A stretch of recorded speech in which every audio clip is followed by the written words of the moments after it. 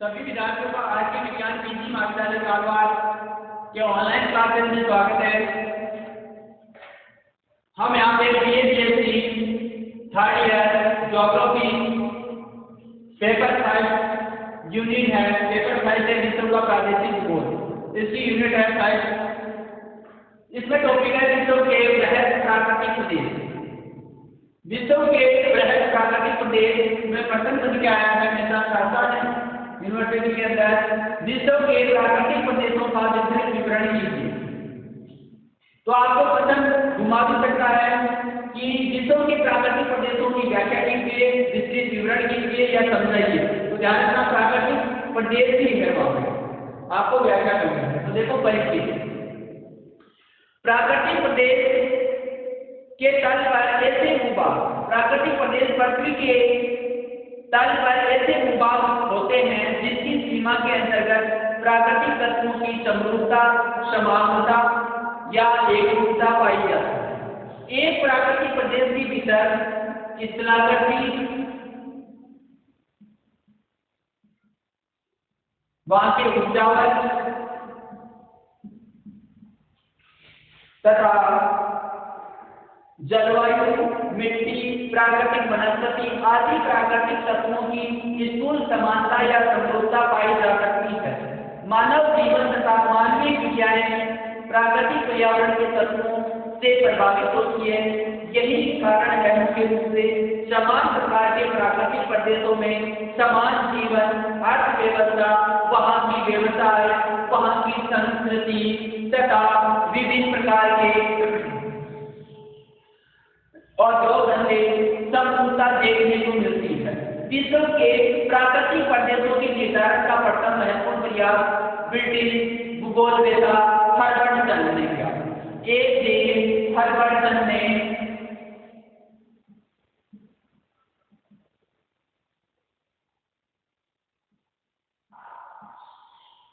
Herbertson ने 1905 के अंदर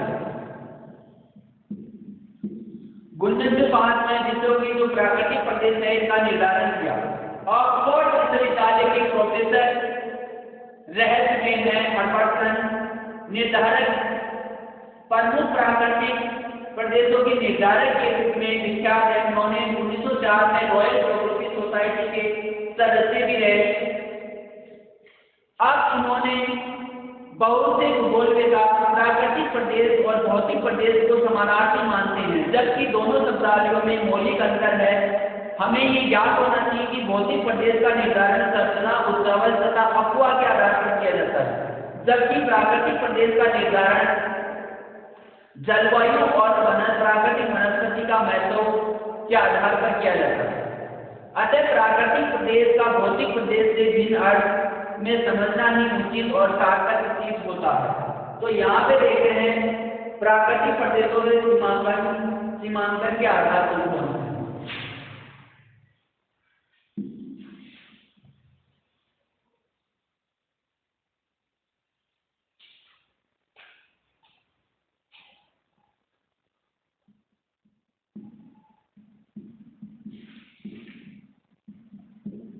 प्रदेशों के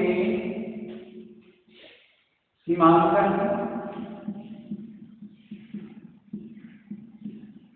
के आधार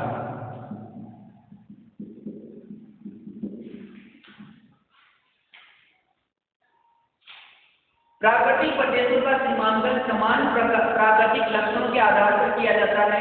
प्राकृतिक तत्वों में जलवायु सर्वशक्तिशाली है, जिस पर अक्षांशीय तथा धरातलीय स्थिति का महत्वपूर्ण प्रभाव तथा पाया जाता है। देखो सीमांकन के निम्नलिखित है। नंबर 1 है अक्षांशीय स्थिति।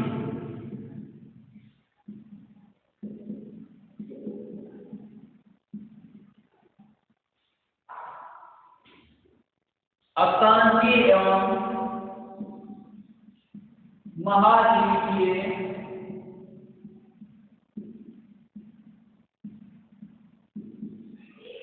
स्थिति। सेकंड अगर बात करते हैं जलवायु,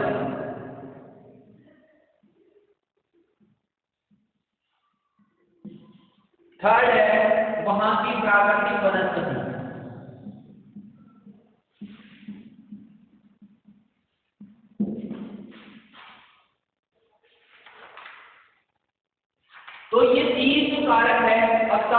वनस्पति, जलवायु व प्राकृतिक वनस्पति। ये किसी एक प्राकृतिक प्रदेश का सीमांकन करते हैं या उसका अध्ययन करते हैं या उसके बारे में विस्तृतता को ये तीनों क्षेत्र काम में लिए जाते हैं। ठीक है, अब बात करते हैं हम जो प्राकृतिक प्रदेश है विश्व के, वो देखो कौन कौन से। अब इसमें अलग अलग है कि हर्बर्टसन ने विश्व के बृहद प्राकृतिक प्रदेशों के सीमांकन की प्राकृतिक वनस्पति को ही प्रमुख आधार बनाया। इसका कारण है कि किसी प्रदेश के सामान्य वनस्पति प्रकार, जलवायु, मिट्टी, मानव व्यवसाय आदि सही रूप में प्रकट करता है, इसलिए इनके द्वारा विश्व के प्राकृतिक प्रदेश देखे। अब इसको मिटा आप साथ के साथ उतारिए अगर उनको या स्क्रीन शॉट ले लिया तो फोन में।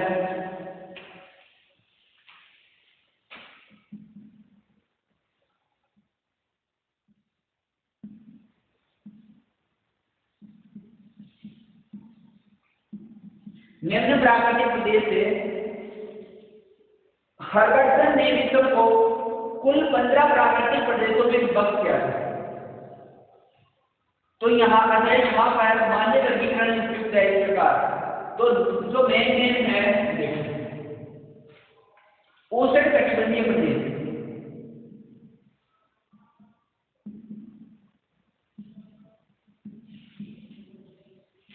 उष्ण कटिबंधीय प्रदेश हो गया नंबर 5। अब इसको अलग भागों में बांटा है 4। नंबर 5 है वो है भूमध्य रेखा।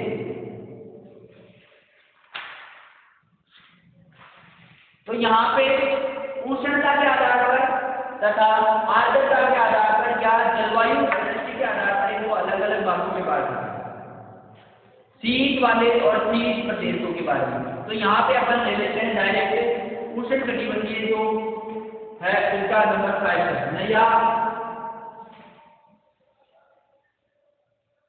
नंबर 5 प्रदेश है वो है भूमध्य रेखीय प्रदेश।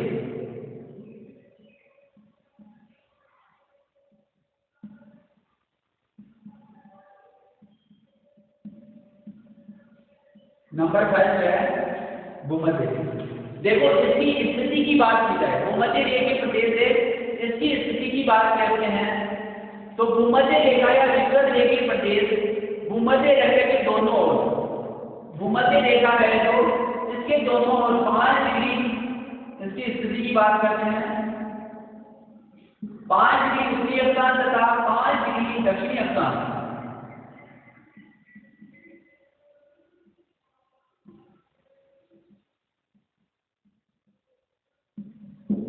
भूमध्य रेखा दक्षिणी अक्षांश के मध्य स्थित है। कहीं कहीं पर इस प्रदेश का विस्तार 10 डिग्री उत्तरी तथा 10 डिग्री अक्षांश पर भी पाया जाता है, यानी कई विशेष परिस्थितियों में कई जगह पर 10 डिग्री तक भी पाया जाता है।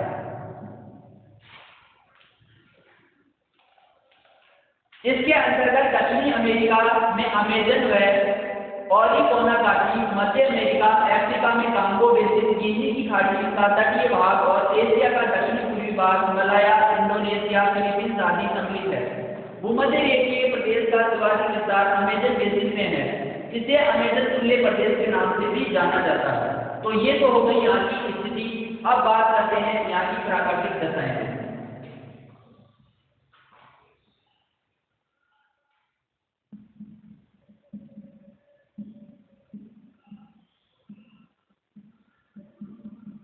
प्राकृतिक दशाएं भूमध्य रेखा के निकट स्थित होने के कारण यहाँ बरस सूर्य की किरणें लंबवत पड़ती है और उच्च तापमान पाया जाता है। औसत तापमान यहाँ पे 27 डिग्री सेल्सियस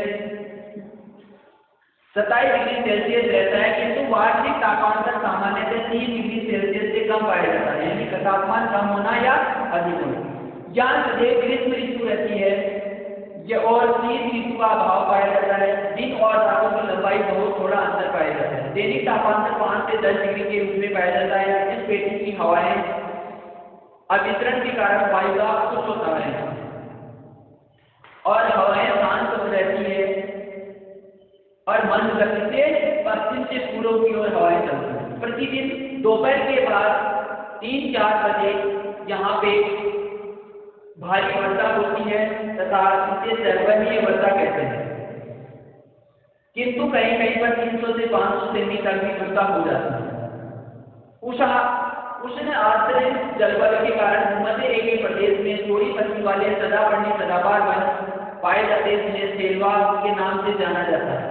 वृक्ष अधिक घने और लंबे होते हैं, जिनकी आकृति है वो छतरीनुमा होती है, जिनके कारण सूर्य का प्रकाश भूमि तक नहीं पहुंच पाता है। भूमध्य रेखीय वनों में वर्षा वन मुख्य रूप से पाए जाते हैं। अब यहाँ पे है जो थर्ड है मानव प्रतिक्रिया।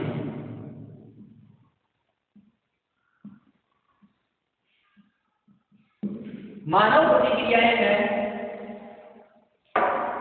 भूमध्य रेखीय प्रदेश अस्वस्थ लेकर उष्ण आर्द्र जलवायु यानी स्वास्थ्य के लिए लाभदायक वाले स्थान है। अति सघन वनों से आच्छादित होने से तथा यहाँ पे जहरीले जीवों की अधिकता होती है के कारण आर्थिक विकास की दृष्टि से विश्व में सर्वाधिक पिछड़े हुए क्षेत्र है। वनाच्छादित इन प्रदेशों में जनसंख्या का निवास बहुत कम पाया जाता है। जनसंख्या वनों के सीमांत भागों या नदियों वाले समुद्री तटीय क्षेत्रों में द्वीपों के सेकेंडरीज है। मलेशिया और पूर्वी द्वीप समूह में इंडोनेशिया तथा फिलीपींस अधिक घने भाग है। तो यहाँ पे बिल्कुल, और जनजातियों की अगर यहाँ पे बात की जाए तो अफ्रीका के कांगो बेसिन में पिग्मी जनजाति, दक्षिणी अमेरिका में अमेजन बेसिन में बोरा, रेड इंडियन, मलाय और थाईलैंड, सेमांग तथा सगाई नामक आदि जातियां पाई जाती हैं, जिनका कद छोटा होता है। सेमांग और सगाई जातियां नेग्रिटो प्रजाति से संबंधित है। तो इस प्रकार से यहाँ व्यापारिक बागायती सामान्य कृषि, तीन आदि खनिज संपदा, विद्युत, पेट्रोलियम भंडार होने से आर्थिक विकास की गति को भी सम्मिलित किया गया है। सिंगापुर, जकार्ता, कुआलालंपुर, मनीला आदि क्षेत्रों में या आदि द्वीप समूह में जनसंख्या का बहाव नाइजीरिया क्षेत्रों में अधिक जनसंख्या पाई जाती है। यहाँ पूर्वी द्वीप समूह की बाकी नगरीकरण अपेक्षाकृत अधिक हुआ। तो ये था भूमध्य रेखीय प्रदेश। सेकंड है सामना प्रदेश या सुडान उत्तरी प्रदेश।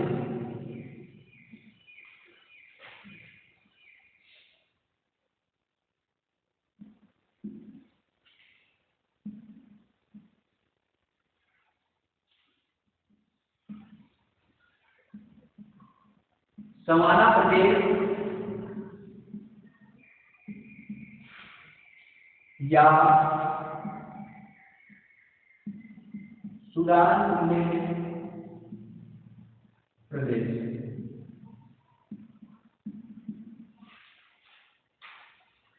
इसकी स्थिति की बात करते हैं।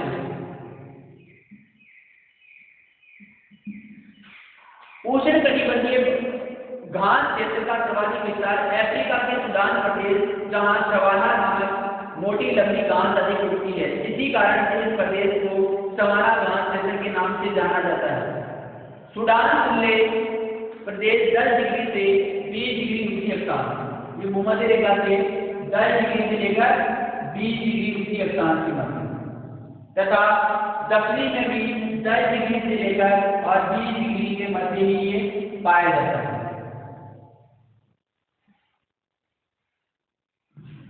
भूमध्य रेखा के ऊपर दोनों दक्षिणी दोनों गोलार्ध में पाए जाते। इस प्रकार की घास प्रदेश पूर्वी अफ्रीका में सुडान, सवाना, कीनिया तथा युगांडा, दक्षिणी अमेरिका में कोलंबिया और लानोस और ब्राजील में गंबा तथा ऑस्ट्रेलिया में क्वींसलैंड प्रांत पाया जाता है।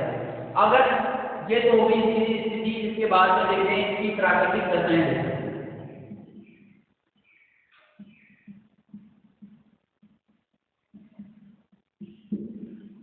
प्राकृतिक जो दशाएं हैं यहाँ पे पाई जाने वाली वो देखो निम्न है। वर्ष उच्च तापमान यहाँ पे स्पष्ट शुष्क और आर्द्र ऋतु में समाना जलवायु की प्रमुख विशेषता है। ग्रीष्म काल में यहाँ का तापमान है 30 डिग्री से 38 डिग्री सेल्सियस पाया जाता है, किंतु शीत ऋतु में तापमान सामान्यतः 20 डिग्री से ऊपर ही रहता है। इस प्रदेश में शुष्क ऋतु 7 से 8 महीने की होती है।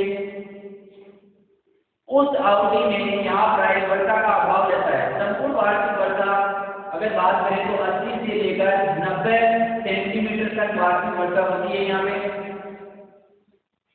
तथा भूमंडल के विभिन्न समाना प्रदेशों में वर्षा की मात्रा में पर्याप्त अंतर पाया जाता है। दरअसल ये बनाव तथा भूमध्य रेखा की दूरी के कारण विभिन्न प्रदेशों में औसत वार्षिक वर्षा 75 से लेकर 200 सेमी तक भी होती है। कहीं कहीं 75 से लेकर 200 सेमी तक भी कहीं कहीं पर दूर वाले भूमध्य रेखा दूर वाले क्षेत्र है वहाँ पे पाई जाती है।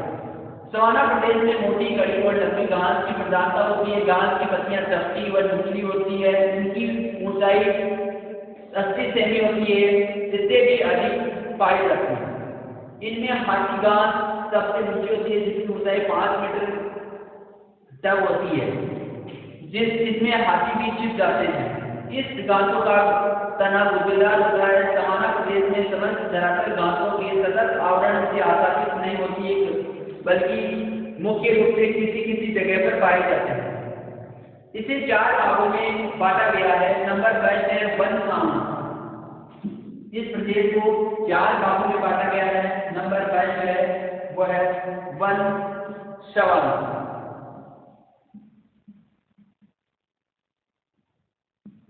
नंबर 2 है वो है वृक्ष सवाना।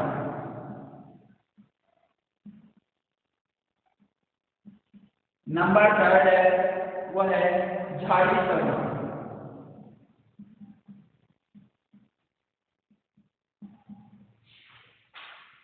और घास सवाना।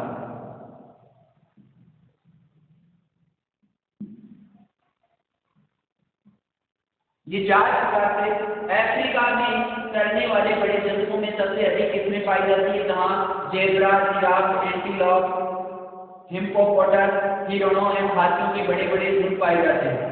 अमेरिका तथा ऑस्ट्रेलिया सवाना में उक्त जंतु कम मिलते हैं और पक्षियों की संख्या अधिक मिलती है। ऑस्ट्रेलिया में सभी बड़े जंतु कंगारू का प्रभुत्व है तथा यहाँ पे घास क्षेत्र के कारण जंतुओं की अधिक गतिशीलता पाई जाती है। इसके बाद देखो मानव प्रक्रिया यहाँ पर इसमें आप डायग्राम बनाने हैं, तो डायग्राम आप मानचित्र ले और मानचित्र में जो स्थितियां बता रहा हूँ भूमध्य रेखा के ऊपर, तो ये मानचित्र के अंदर आपको ये स्थितियां दर्शानी रहेगी।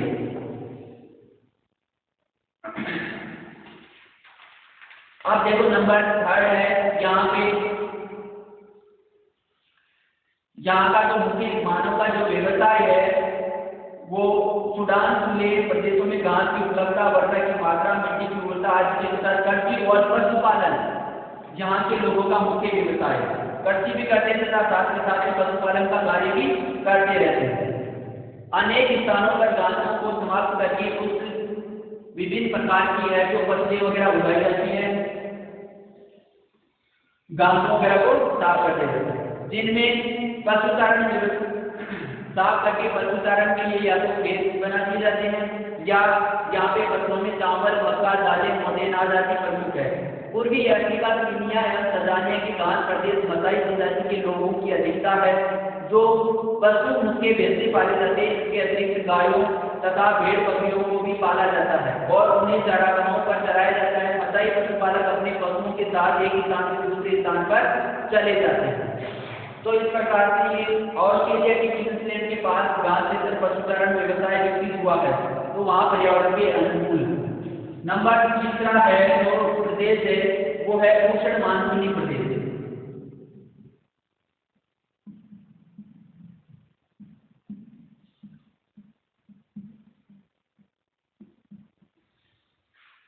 देखो ट्रॉपिकल मानसून रीजन, इसकी स्थिति अगर इसकी स्थिति की बात की जाती है, मानसूनी प्रदेश की स्थिति भूमध्य रेखा से 5 डिग्री से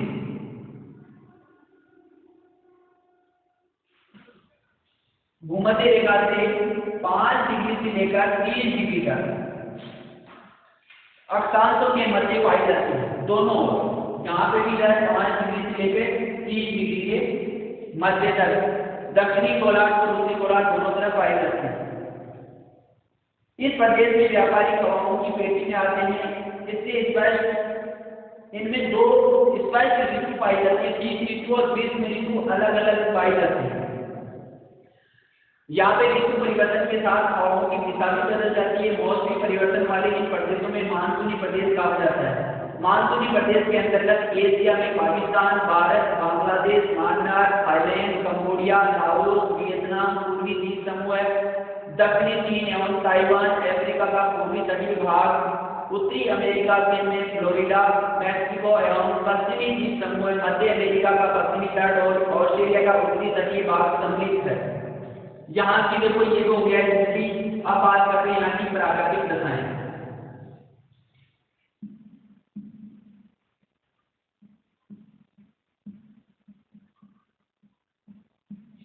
प्राकृतिक दशाएं उष्ण मानसूनी प्रदेशों में शीत ऋतु साधारण ठंडी रहती है तथा शुष्क व ग्रीष्म ऋतु का पूर्वार्ध उष्ण शुष्क तथा उत्तरार्ध उष्णतर होता है। यहाँ ग्रीष्म ऋतु का तापमान 27 से लेकर 40 डिग्री सेल्सियस होता है तथा यहाँ वार्षिक तापमान 20 से 30 डिग्री के बीच होता है। ये प्रदेश जनमार्ग की व्यापारिक पवनों की पेटी में आते हैं जिसमें शीत ऋतु प्राय शुष्क रहती है। इन प्रदेशों में वर्षा प्राय ग्रीष्म ऋतु के उत्तरार्ध में होती है। अधिकांश वर्षा 85% से अधिक तथा ग्रीष्म ऋतु में होती है। अतः इसे वर्षा ऋतु के रूप में जाना जाता है। मानसूनी प्रदेशों में उच्च तापमान का पर्याप्त वर्षा के कारण विविध प्रकार की वनस्पतियों का विकास हो जाता है तथा यहाँ पे थोड़ी पत्ती वाले वृक्ष, रबर, बांस, देव तथा साल, सागौन, शीशम, जामुन, आम, महुआ, नीम वृक्ष आदि पाए जाते हैं। मानसूनी वनों में हाथी, गैंडा, शेर, चीता, हिरण आदि जैसे भेड़िया वगैरह विभिन्न प्रकार के वन्य जीव भी पाए जाते हैं तथा मानव प्रतिक्रियाएं देखो। यहाँ पे मानव प्रतिक्रियाएं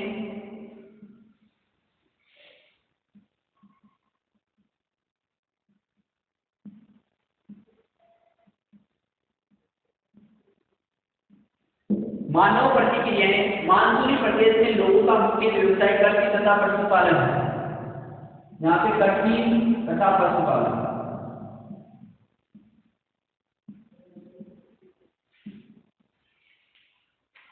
जलोढ़ मैदानों तथा अन्य उद्योग भागों में वर्षा की मात्रा के अनुसार चावल, गन्ना, गेहूं, मक्का, दालें, तिलहन, जूट, चाय, कपास, तंबाकू आदि की फसलें उगाई जाती है। मुख्य रूप से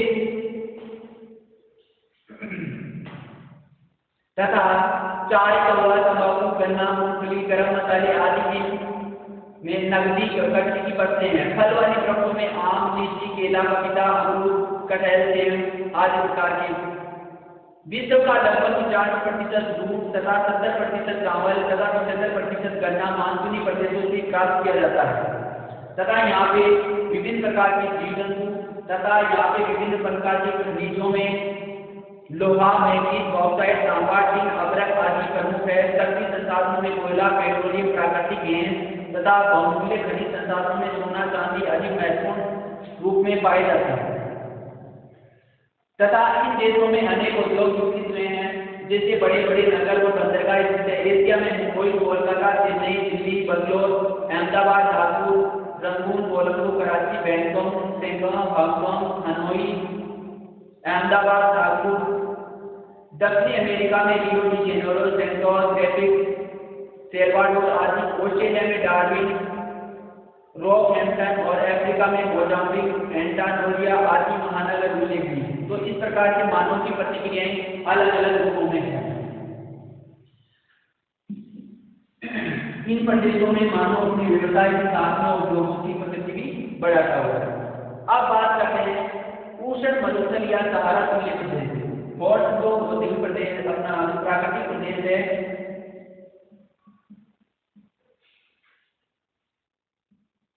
उष्ण मरुस्थल या सहारा तुल्य।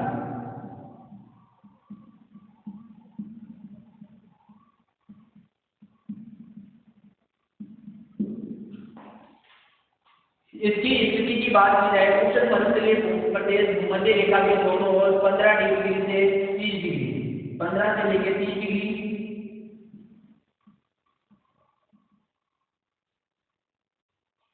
30 डिग्री के मध्य अक्षांशों के पश्चिम भागों में स्थित है। इसके अंतर्गत एशिया के थार, सिंध, दक्षिणी बलूचिस्तान, अरब प्रायद्वीप, अफ्रीका के सहारा के पश्चिमी मरुस्थलीय भाग, दक्षिणी अमेरिका में आटाकामा मरुस्थल और ऑस्ट्रेलिया के पश्चिमी मरुस्थल सम्मिलित है। इस प्रकार के प्रदेश का सर्वाधिक विस्तार अफ्रीका के सहारा मरुस्थल में पाया जाता है, जिसके आधार पर इसे सहारा तुल्य प्रदेश भी कहा जाता है। यहाँ की जो प्राकृतिक दशाएं हैं वो देखो,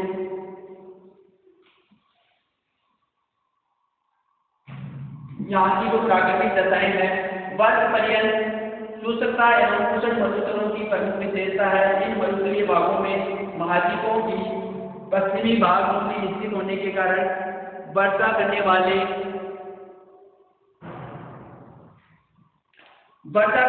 मध्य अटलांटिक चक्रवात यहाँ तक नहीं पहुँच पाते हैं। ये भाग महाद्वीपों की पूर्वी तट से अधिक दूर होने के कारण, जिस कारण यहाँ पे वर्षा नहीं होती है, तथा तापमान यहाँ का है वो 30 से लेकर 37 डिग्री सेल्सियस तक पाया जाता है। उष्ण मरुस्थलीय वर्षा कुछ 20 से 40 सेमी तक पाई जाती है, जबकि अनेक क्षेत्र जहाँ पर वर्षा नामात्र से भी नहीं हो पाती। सहारा के अधिकांश भागों में वार्षिक वर्षा 10 सेमी से भी कम होती है, तथा थार, भारत, पाकिस्तान आदि कुछ रेगिस्तानों में अचानक तेज वर्षा जरूर होती है।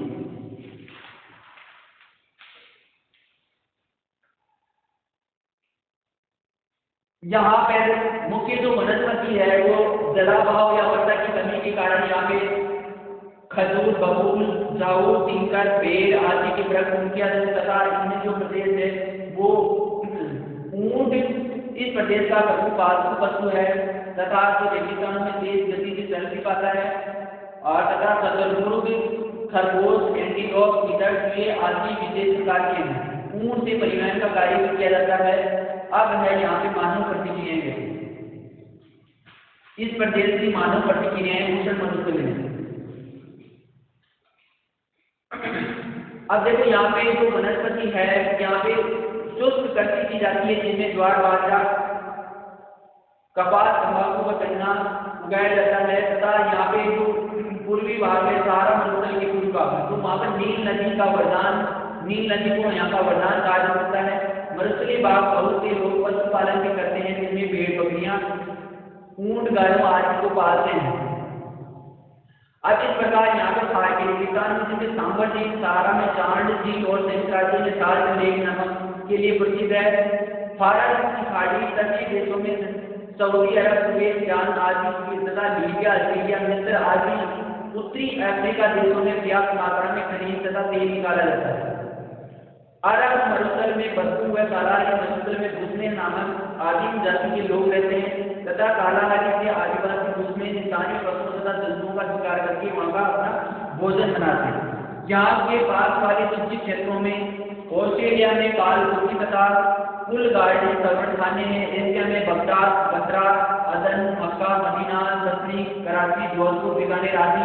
अफ्रीका में डिब्रूगढ़, काहिरा, कानो और सहित सिंदरिया आदि। दक्षिणी अमेरिका में लीमा और उष्ण मरुस्थलीय क्षेत्रों में नगर है। तो बड़े जो नगर यहाँ पे जनसंख्या वगैरह देखने को मिलती है। अब है भूमध्य सागरीय प्रदेश।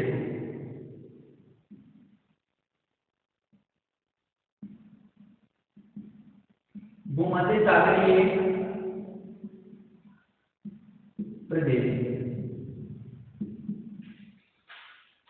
इसकी स्थिति की बात की जाए, भूमध्य सागरीय या भूम सागरीय प्रदेश इसे भूम सागरीय प्रदेश से जोड़ा जाता है।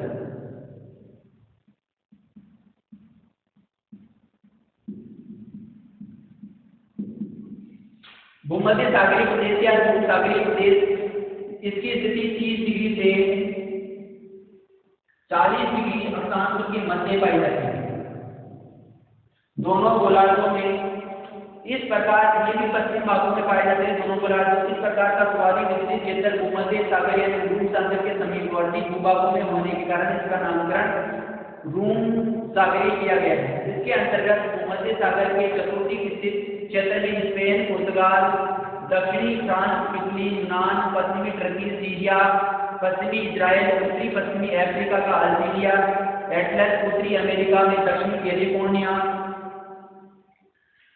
तथा पश्चिमी भाग में ऑस्ट्रेलिया के दक्षिणी पश्चिमी तथा दक्षिणी पूर्वी भाग इसमें सम्मिलित किए गए हैं। अब यहाँ की प्राकृतिक दशाएं देखते हैं तो यहाँ पर शीत ऋतु में वर्षा और शुष्क ग्रीष्म ऋतु भूमध्य सागरीय जलवायु की प्रमुख विशेषता है। शीतकाल में औसत तापमान 5 से 10 डिग्री सेल्सियस तथा ग्रीष्म ऋतु का तापमान 20 से 27 डिग्री सेल्सियस पाया जाता है।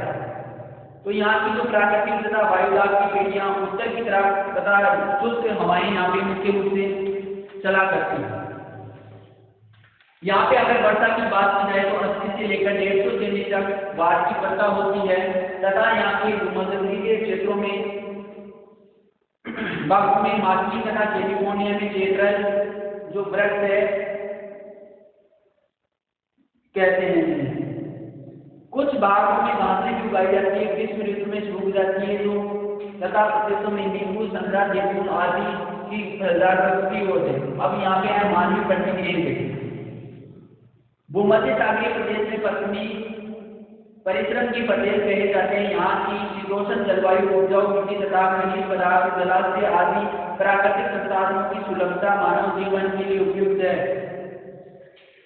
यहाँ पे मुख्य रूप से कृषि गेहूं मक्का कपास आदि का उत्पादन किया जाता है तथा भूमध्य सागरीय प्रदेशों में मैदानी तथा समतल तटीय क्षेत्रों में जनसंख्या का निवास है वो बहुत अधिक पाया जाता है। इसके अंतर्गत सम्मिलित देशों में 60% से अधिक जनसंख्या यहाँ की है जो नगरों के अंदर निवास करती है। इनमें यूरोप में तथा यहाँ पे जो विकसित बंदरगाह है यूरोप में इस्तांबुल, एथेंस, नेपुल, रोम, मार्सिल, बार्सिलोना, बेसिलन, अफ्रीका में केप टाउन, अल्जीरिया, ट्यूनिस आदि, उत्तरी अमेरिका में लॉस एंजेलिस, सैन फ्रांसिस्को, दक्षिण अमेरिका में बालफ्राइको तथा सैंटियागो, ऑस्ट्रेलिया में पर्थ, मेलबोर्न, एडिलेड आदि महत्वपूर्ण है। चीन खुले प्रदेश छठा है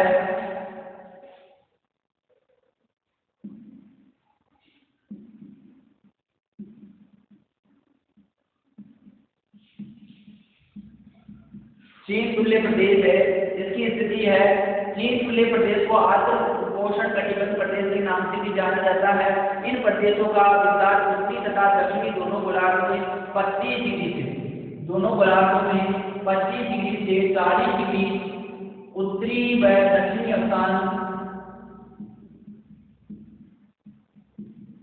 दक्षिणी अक्षांशों में महाद्वीपों के पूर्वी भाग में पाया जाता है। इन प्रदेशों में पश्चिम में शुष्क मरुस्थल, दक्षिण में मानसूनी प्रदेश तथा उत्तर में आर्द्र महाद्वीप जलवायु वाले प्रदेश पाए जाते हैं। इस प्रकार के प्रदेशों का सर्वाधिक महत्वपूर्ण विस्तार दक्षिण पूर्वी चीन में के आधार पर इनका नामकरण किया गया है। एशिया के दक्षिण पूर्वी चीन, यूरोप को बेसिन, डेन्यूब बेसिन, उत्तरी अमेरिका में दक्षिण पूर्वी संयुक्त राज्य अमेरिका, दक्षिण पूर्वी ऑस्ट्रेलिया की भूभाग सम्मिलित है। अब यहाँ पे देखो प्राकृतिक दशाएं, तो चीन खुले प्रदेश की प्राकृतिक दशाएं हैं। यहाँ का तटीय भाग गर्म महासागरीय धाराएं प्रभावित होती है जिसका प्रभाव समीकर्ष भागों पर पाया जाता है। सागर के समीप होने के कारण इन प्रदेशों में वार्षिक वर्षा वो है औसत तापमान यहाँ का 24 से 27 सेल्सियस रहता है तथा यहाँ की जो वार्षिक वर्षा है वो 75 से लेकर 150 सेमी के मध्य पाई जाती है तथा यहाँ पर जो वनस्पति है मुख्य रूप से चौड़ी पत्ती वाले पर्णपाती व सदापर्णी दोनों प्रकार के वृक्ष पाए जाते हैं तथा इन वर्तमान समय में अधिकांश वनों को साफ करके उन भूमियों पर कृषि की जाने लगी। तो यहाँ पे मानव प्रतिक्रियाएं हैं कि शीत ऋतु और साधारण ऋतु में कुछ यहाँ से नदियां वगैरह निकलती है तथा ये कृषि कार्य करते हैं तथा नगरीकरण भी है और औद्योग धंधे भी कुछ विकसित कर लिए इन लोगों ने। धीरे धीरे औद्योग धंधे भी यहाँ पे विकसित हो गए। अब यहाँ पे बात करते हैं तापमान है वो है शीतोष्ण मरुस्थलीय प्रदेश।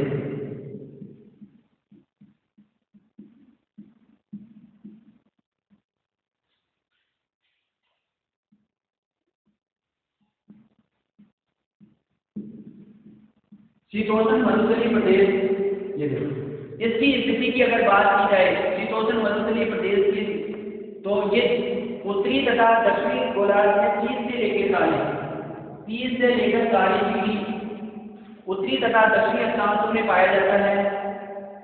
मध्य स्थित है। हमारे देश के पश्चिम भूमध्य सागरीय प्रदेश और पूर्व में 3 खुले प्रदेश पाए जाते हैं। इसके अंतर्गत एशिया में ईरान, तुर्किस्तान, अफगानिस्तान, बलूचिस्तान, तारिक गोबी का बलूचिस्तान, चीन का शिनजियांग, उत्तरी अमेरिका में मेक्सिको का पठार, ग्रेट ब्रिटेन में, दक्षिणी अमेरिका में पेटागोनिया मरुस्थल, दक्षिणी अफ्रीका का वेल्ड उत्तर प्रदेश तथा ऑस्ट्रेलिया में न्यू साउथ वेल्स का पठारी भाग सम्मिलित है। इसे ईरान खुले प्रदेश के नाम से भी जाना जाता है। यहाँ की प्राकृतिक दशाओं की बात करें तो यहाँ का जो तापमान है 25 से 40 डिग्री सेल्सियस पाया जाता है तथा जो वार्षिक वर्षा है वो 15 से 30 सेमी तक पाई जाती है। यहाँ पे मानव प्रतिक्रियाएं हैं पशु, यहाँ का मुख्य व्यवसाय पशुचारण व कृषि है। तो मानव क्या करता है यहाँ पे पशुचारण और कृषि भी करता है। इसके साथ साथ ही यहाँ पे अधिक मात्रा में खनिज तेल व पशुपालन के साथ खनिज व उद्योगों की गतिविधि की है।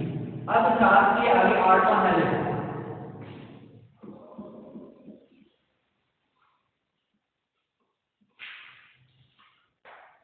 पश्चिमी यूरोप खुले प्रदेश।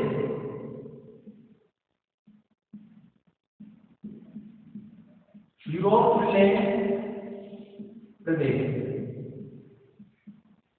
पश्चिमी यूरोप खुले प्रदेश की स्थिति की बात करें तो ये पश्चिमी यूरोप खुले उत्तरी और दक्षिणी दोनों गोलार्धों के अंदर है। वो 40 डिग्री से लेकर 65 डिग्री 40 से 65 डिग्री उत्तरी तथा दक्षिणी गोलार्धों के मध्य इसकी स्थिति है।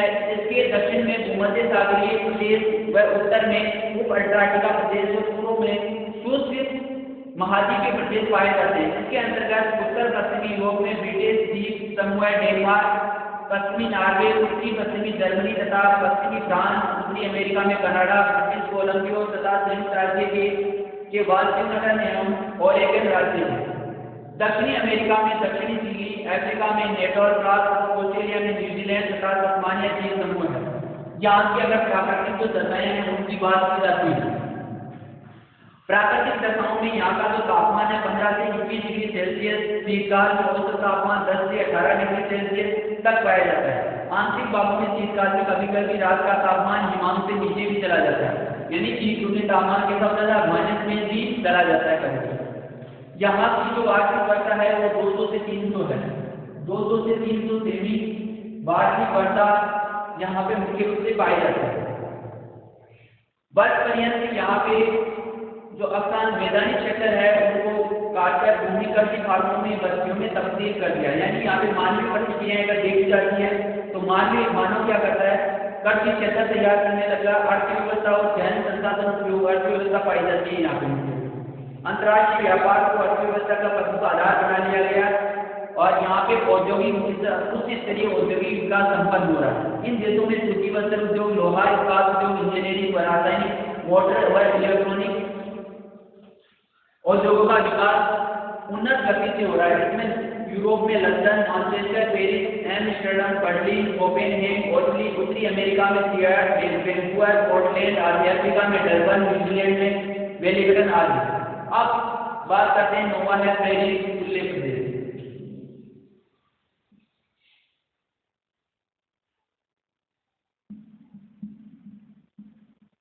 पेरिस खुले प्रदेश, पेरिस खुले प्रदेश इसकी स्थिति की बात करें, इसके अंतर्गत शीतोष्णकटिबंधीय घास प्रदेश सम्मिलित है। शीतोष्ण घास प्रदेशों का विस्तार 45 से 60 डिग्री अक्षांश उत्तरी और दक्षिणी दोनों गोलार्धों के अंदर पाया जाता है। यहाँ पर प्रेरी उत्तरी अमेरिका में प्रेरी, यूरोशिया में स्टेपी, दक्षिणी अमेरिका में पंपास, अर्जेंटीना में दक्षिणी अफ्रीका में वेल्ड कुछ पर्वतीय भाग और ऑस्ट्रेलिया में डाउन मरी डार्लिंग बेसिन के नाम से जाना जाता है। न्यूजीलैंड के कैंटबरी मैदान में शीतोष्ण घास के क्षेत्र है। तो उत्तरी अमेरिका के प्रेरी घास का विकास संयुक्त राज्य कनाडा के पश्चिमी रॉकी पर्वत के आसपास हुआ है। तो ये दक्षिणी अफ्रीका में वेल्ड का विस्तार दक्षिणी ट्रांसवाल तथा की कुछ भूमि है। ऑस्ट्रेलिया में मरी डार्लिंग बेसिन डाउन घास के क्षेत्रों का विस्तार मुख्य रूप से पाया जाता है। अब यहाँ पे देखो प्राकृतिक दशाएं। यहाँ पे प्राकृतिक दशाएं हैं। ग्रीष्मकाल का तापमान 18 से 21 डिग्री सेंटीग्रेड पाया जाता है तथा यहाँ की वार्षिक वर्षा है वो 75 सेमी तक पाई जाती है। मानवीय प्रतिक्रियाएं यहाँ पर शीतोष्ण घास मैदानों की गंध छोटी तथा कोमल होती है, तो पशुओं को चराने यानी पशु चारण का कार्य किया जाता है। इसके साथ में कृषि कार्य तथा दुग्ध पशुपालन अधिक विकसित है। इन क्षेत्रों में दूध के लिए उन्नत नस्ल के फार्म बनाए जाते हैं तथा यहाँ पे उन्नत नस्ल की किस्मों से और अन्य उत्पाद इन प्रदेशों में मक्खन, घी, पनीर आदि के उत्पाद भी बनाए जाते हैं।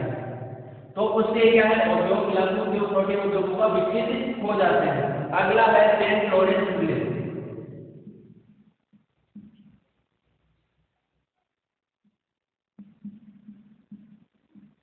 सेंट लॉरेंस विले प्रदेश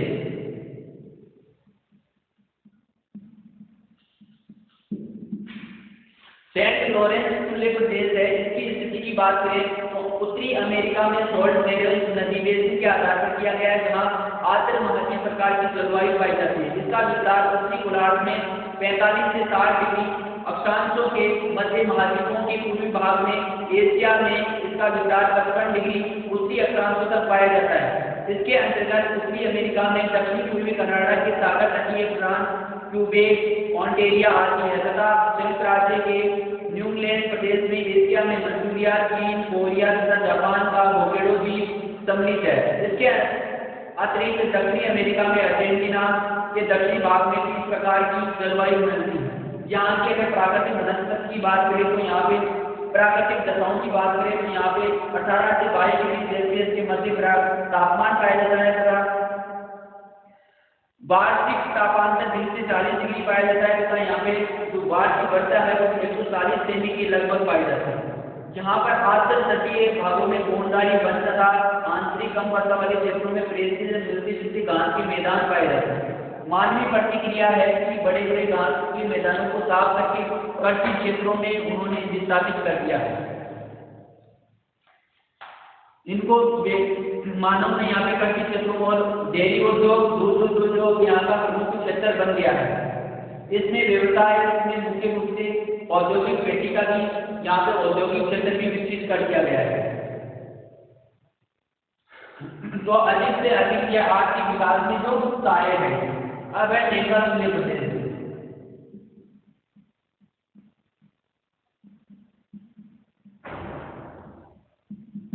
टेंगा विले प्रदेशों में है स्थिति की देखो, इसकी स्थिति उत्तरी गोलार्ध में 60 से 60 डिग्री से लेकर 70 डिग्री उत्तरी अक्षांशों तक के मध्य एक विस्तृत कटिबंध के रूप में पाया जाता है। इसका विस्तार उत्तरी अमेरिका तथा यूरेशिया में 3 महाद्वीपों अथवा उपपूर्वी जलवायु प्रदेशों में पाया जाता है। ये प्रदेश कोणधारी वनों से आच्छादित है। यूरेशिया में कोणधारी वनों को टेगा के नाम से जाना जाता है, इसके कारण इन्हें टेगा वन कहा जाता है। यहाँ की प्राकृतिक जो दशाएं हैं कुछ अक्षांशों में टेगा समुद्री प्रभाव से दूर रहती है, जिसके कारण यहाँ की जो तापमान है ग्रीष्मकालीन तापमान 10 से 15 डिग्री बस शीतकाल में शीतल व कठोर होती है। कहीं कहीं पर तापमान है वो -20 से लेकर -40 डिग्री तक पहुंच जाता है। यहाँ पे जैसे साइबेरिया का बर्फ -60 डिग्री सेल्सियस माइनस में रहता है। यहाँ पे वार्षिक वर्षा अगर बात की जाए तो यहाँ पे 25 से 50 सेमी वार्षिक वर्षा रहती है। टेंगा प्रदेश की जलवायु के अनुकूल कोणधारी वन विकसित होते हैं। इन वनों में पायल, स्प्रूस, चीड़, सीडर, जूनिपर आदि वृक्ष पाए जाते हैं। टेगा प्रदेशों में जंतुओं के शरीर की संरचना इस प्रकार की होती है कि शीतकाल की कठोरता को सहन करे। इनके लिए मोटी चमड़ी होती है इनकी तथा इनके घने गमदार बाल होते हैं जिससे शीतकाल में आसानी से उनके अपने आप को बचा सके।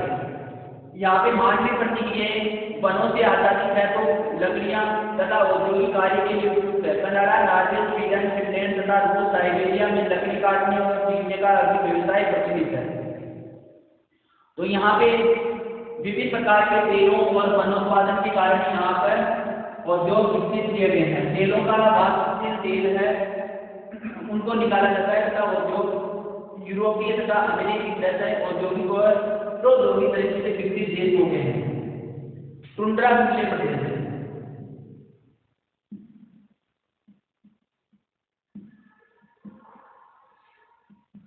टुंड्रा खुले प्रदेशों के अंदर स्थिति और देखो, टुंड्रा का स्पष्टीकरण है बंजर भूमि, इसका विस्तार है उत्तरी गोलार्ध में 66 से लेकर 66 डिग्री से लेकर के और ध्रुवों तक, उत्तरी ध्रुव तक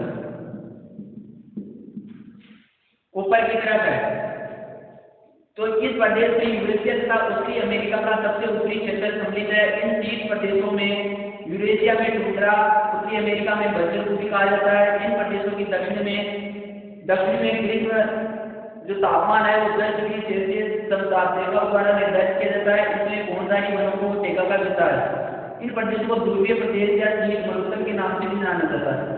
यहाँ पर जो तापमान की हमेशा वैसे तो हीट अपनी जमी रहती है तथा यहाँ का जो तापमान है वो -20 से -40 डिग्री तक पहुँचता है।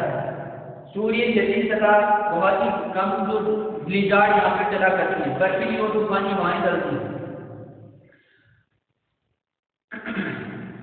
तो ये यहाँ पर मुख्य रूप से जो टुंड्रा वनस्पति पाई जाती है जिसमें छोटे छोटे तथा यहाँ पे जो जीव जंतु है वो रेंडियर तथा कस्तूरी, ध्रुवीय भालू, लोमड़ी, गिलहरी आदि जीव पाए जाते हैं। यहाँ पे मानव की अगर बात करें तो मानव की टुंड्रा प्रदेश में लेप, सिंध, याकूत, युक्तिदारी, संयोद और डूंगर संस्कृति आदि आदिम जनजातियां टुंड्रा क्षेत्र में पाई जाती हैं और ये अपने कायक और मियाज नामक नावों का इस्तेमाल करके अपने क्षेत्र में परिवहन का कार्य वगैरह कर लेती है।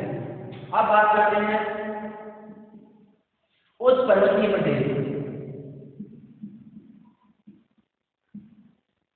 उस पर्वतीय प्रदेश उस इसकी स्थिति अगर बात करें तो ये शीतोष्ण कटिबंध में स्थित है, किंतु अधिक ऊंचाई के कारण इन भागों की जलवायु शीतोष्ण अथवा टुंड्रा ध्रुवीय के समान होती है। इस कारण प्रकार से एशिया के पामीर तथा तिब्बत के पठान, हिमालय की चुनन, थाईलैंड, एल्ब्रुस, हिंदुकुश, काकेशस, किन्गेस पर्वत श्रेणियां, उत्तरी अमेरिका के अलास्का, ब्रिटिश कोलंबिया पर्वत श्रेणियां, दक्षिणी अमेरिका में एंडीज पर्वत श्रेणी, अफ्रीका में एटलस पर्वत तथा ऑबिनिस पठार पाए जाते हैं। यहाँ की जो प्राकृतिक दशाएं हैं वह शीतोष्ण कटिबंध के रूप में पाई जाती है। शीतोष्ण कटिबंध में स्थित इन पर्वतीय प्रदेशों का दैनिक तथा वार्षिक तापमान बहुत अधिक पाया जाता है। दिन में धूप के कारण तापमान अधिक होता है। यहाँ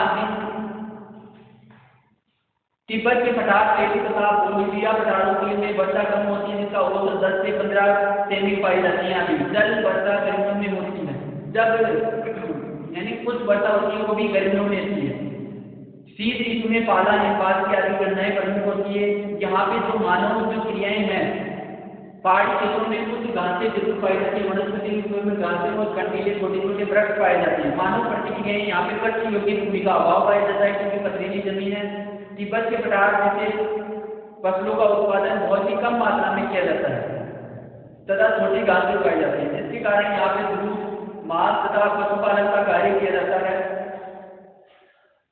और कई पर्वतीय क्षेत्र कुछ पठारी भाग में महत्वपूर्ण खनिज पदार्थ भी पाए जाते हैं, जैसे दक्षिणी अमेरिका की बोलिविया पठार में चांदी, तांबा, टीन निकाला जाता है।